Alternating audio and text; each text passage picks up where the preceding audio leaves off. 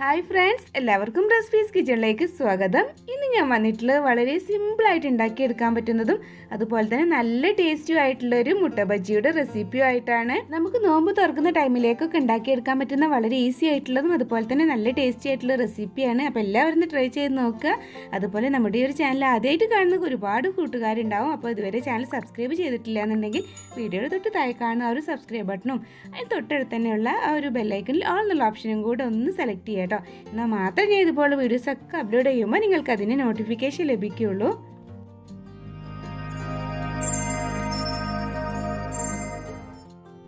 അപ്പോൾ ഇതാ ഞാൻ ഇവിടെ തയ്യാറാക്കി എടുക്കാൻ വേണ്ടിയിട്ട് ഒരു ബൗളിലോട്ട് 1/2 കപ്പ് അരിപ്പൊടിയാണ് ആഡ് ചെയ്ത് കൊടുക്കുന്നത്. നമ്മുടെ വീട്ടിലൊക്കെ ഉണ്ടാവും പച്ചരി പൊടിച്ചിട്ടുള്ള പൊടി ഉണ്ടാവില്ലേ, അതാണ് എടുത്തിട്ടുള്ളത്. ഇപ്പോൾ കടകളിൽ നിന്ന് വാങ്ങിക്കുകയാണെന്നുണ്ടെങ്കിൽ റൈസ് പൗഡർ എന്ന് പറഞ്ഞിട്ട് വാങ്ങിക്കാൻ കിട്ടുക.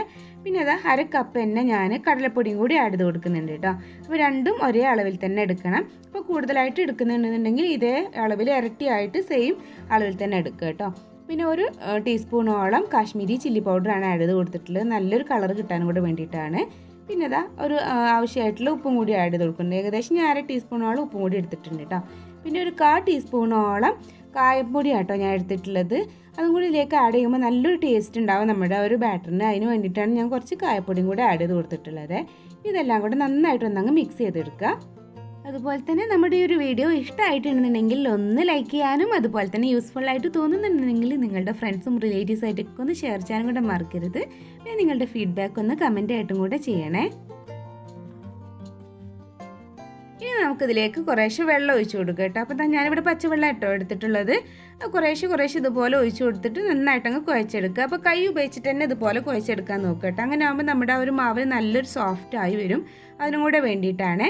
ഇതുപോലെ അങ്ങനെ കുറേശ്ശെ ഒഴിച്ചിട്ട് മിക്സ് ചെയ്താൽ മതി. ഒന്നായിട്ടങ്ങ് ഒഴിച്ച് പോയാൽ ചിലപ്പം ബാറ്റർ നന്നായിട്ട് ലൂസായിട്ട് പോകും. അപ്പോൾ അങ്ങനെ നമുക്ക് വല്ലാണ്ടങ്ങ് ലൂസ് ആവാൻ പാടില്ല.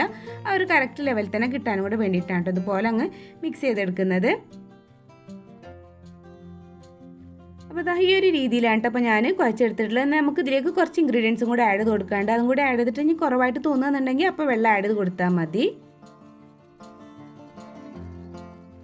ഇതിലേക്ക് ആഡ് ചെയ്ത് കൊടുക്കുന്നത് ഒരു മീഡിയം സൈസിലുള്ള ഉള്ളിയുടെ പകുതി ഞാൻ ഇതുപോലെ ചെറുതായിട്ടൊന്ന് കട്ട് ചെയ്തെടുത്തിട്ടുള്ളതാണ് കേട്ടോ. അതങ്ങ് ആഡ് ചെയ്ത് കൊടുക്കുന്നുണ്ട്. ചെറുതായിട്ട് കട്ട് ചെയ്യാൻ നോക്കേ. ഇനി ഇതിലേക്ക് വേണ്ടത് ഒരു 3 പച്ചമുളക് ഇതുപോലെ ചെറുതായിട്ട് കട്ട് ചെയ്തെടുത്തതാണ് കേട്ടോ. അപ്പോൾ എരിവിനനുസരിച്ചിട്ട് ആഡ് ചെയ്ത് കൊടുക്കുക. അത് വലിയൊരു എരിവൊന്നും ഇല്ലാത്തതുകൊണ്ടാണ് ഞാനിപ്പോൾ ഒരു 3 എടുത്തിട്ടുള്ളത് കേട്ടോ. പിന്നെ കുറച്ച് മല്ലിച്ചപ്പും അതുപോലെ തന്നെ കുറച്ച് കറിവേപ്പിൻ്റെ ഇലയും അതൊക്കെ ഓരോ പിടി എന്നുള്ള രീതിയിലാണ് ഞാൻ എടുത്തിട്ടുള്ളത്. അതും കൂടി അതിലേക്ക് അങ്ങ് ആഡ് ചെയ്ത് കൊടുക്കാം. അതും ഒന്ന് ചെറുതായിട്ട് കട്ട് ചെയ്തെടുക്കാൻ തന്നെ നോക്കുക. പിന്നെ നമുക്കിതിലേക്ക് ആഡ് ചെയ്ത് കൊടുക്കേണ്ടത് 1 ടീസ്പൂണോളം ചില്ലി ഫ്ലേക്സ് ആട്ടോ. അപ്പോൾ എരിവിനനുസരിച്ചിട്ട് നമ്മളിത് ആഡ് ചെയ്ത് കൊടുത്താൽ മതി. അപ്പോൾ 1-2 ടീസ്പൂൺ ആഡ് ചെയ്ത് വെച്ചിട്ട് കുഴപ്പമില്ല. കുറച്ച് സ്പൈസി ആയിട്ടൊക്കെ വേണമെന്നുള്ളവർക്കാണെന്നുണ്ടെങ്കിൽ ഒരു 2 ടീസ്പൂണോളൊക്കെ ആഡ് ചെയ്ത് കൊടുക്കുക കേട്ടോ. അതേപോലെ തന്നെ നമ്മൾ പച്ചമുളകും അതേപോലെ കാശ്മീരി ചില്ലി പൗഡറൊക്കെ ഓൾറെഡി ആഡ് ചെയ്തിട്ടുണ്ട്. അപ്പോൾ എരിവ് നോക്കിയിട്ട് വേണം ചെയ്യാൻ. കുട്ടികളൊക്കെ ഉള്ള വീടുകളാണെന്നുണ്ടെങ്കിൽ വല്ലാണ്ടങ്ങ് ചില്ലി ഫ്ലേക്സും അതുപോലെ പച്ചമുളകൊന്നും ആഡ് ചെയ്യരുത് കേട്ടോ. ഇനി ഇതേപോലെ നമുക്ക് കുറച്ച് ടൈറ്റ് ആയിട്ടാണ് നിൽക്കുന്നത്, അതുകൊണ്ട് ഞാൻ കുറേശ്ശെ വെള്ളം ആഡ് ചെയ്തിട്ട് ഇതുപോലെ അങ്ങ് മിക്സ് ചെയ്തെടുക്കുകയാണ്.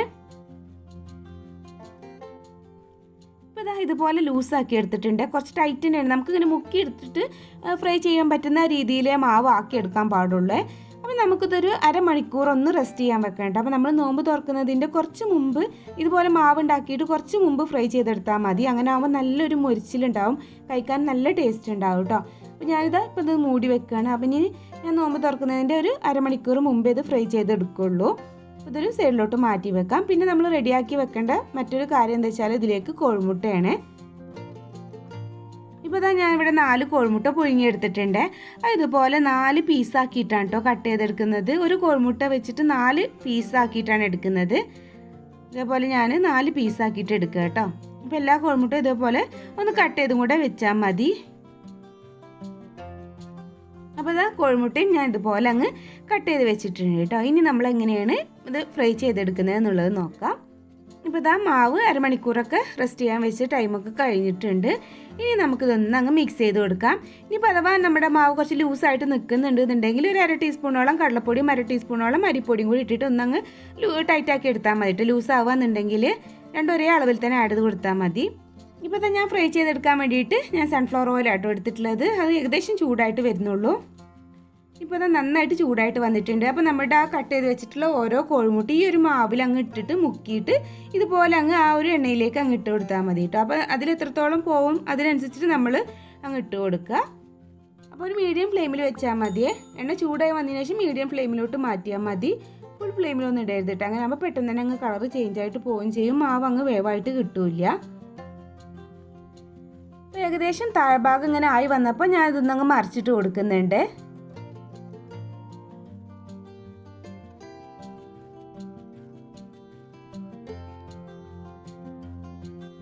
ഇപ്പോൾ ഇതാ നമ്മുടെ ബജ്ജി റെഡി ആയിട്ട് വന്നിട്ടുണ്ട്. നല്ല ക്രിസ്പി ആയിട്ട് വന്നിട്ടുണ്ട് കേട്ടോ. കുറച്ച് ടൈം എടുത്തിട്ട് തന്നെ ഒരു മീഡിയം ഫ്ലെയിമിൽ ഫ്രൈ ചെയ്തെടുക്കണം. ലോ ആക്കാൻ പാടില്ല, ഫുള്ളാക്കാൻ പാടില്ല. ലോ ആക്കിയാൽ ചിലപ്പോൾ എണ്ണ കുടിക്കും. അപ്പോൾ ആ ഒരു മീഡിയം ഫ്ലെയിമിൽ വെച്ചിട്ട് ഫ്രൈ ചെയ്തെടുത്താൽ മതി. അപ്പോൾ ഞാനിതൊരു കിച്ചൺ ടവലിലേക്ക് ആട്ടോ എടുത്തിട്ടുള്ളത്. ഈ ബാക്കിയുള്ളതൊക്കെ ഇതുപോലെ തന്നെ അങ്ങ് ഫ്രൈ ചെയ്തെടുക്കുക.